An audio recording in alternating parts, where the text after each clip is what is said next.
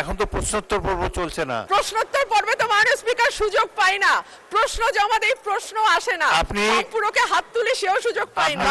এখন বলবেন না পানি সম্পদ মন্ত্রণালয়ের উপরে বলবেন? মাননীয় স্পিকার এখনই বলি, আবার কখন সুযোগ পাই বলা তো যায় না। প্লিজ।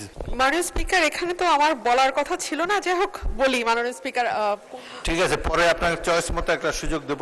মাননীয় স্পিকার পানি সম্পদ মন্ত্রণালয় নিয়ে কোথায় কথা হচ্ছে। ধন্যবাদ। মাননীয় স্পিকার আমাদের পানি সম্পদ মন্ত্রণালয়ের যিনি মাননীয় মন্ত্রী আছেন, মাননীয় সদস্য যখন আসবে আপনার টার্ন, যখন আসবে পানি সম্পদ মন্ত্রণালয়ের টার্ন যখন আসবে তখন বলবেন। এখন দয়া করে মাননীয় স্পিকার স্থানীয় সরকার মন্ত্রণালয়। ধন্যবাদ মাননীয় স্পিকার।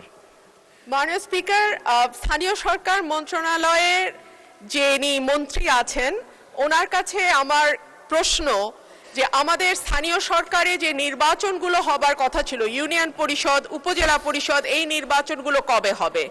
আমরা দেখেছি ইতিমধ্যেই প্রতিটি জেলায় সদস্য এক মিনিট জেলা পরিষদে। মাননীয় সদস্য এখন তো প্রশ্নোত্তর পর্ব চলছে না। মাননীয় স্পিকার ওনাকে পেয়েছে, ওনাকে তো পাবো না।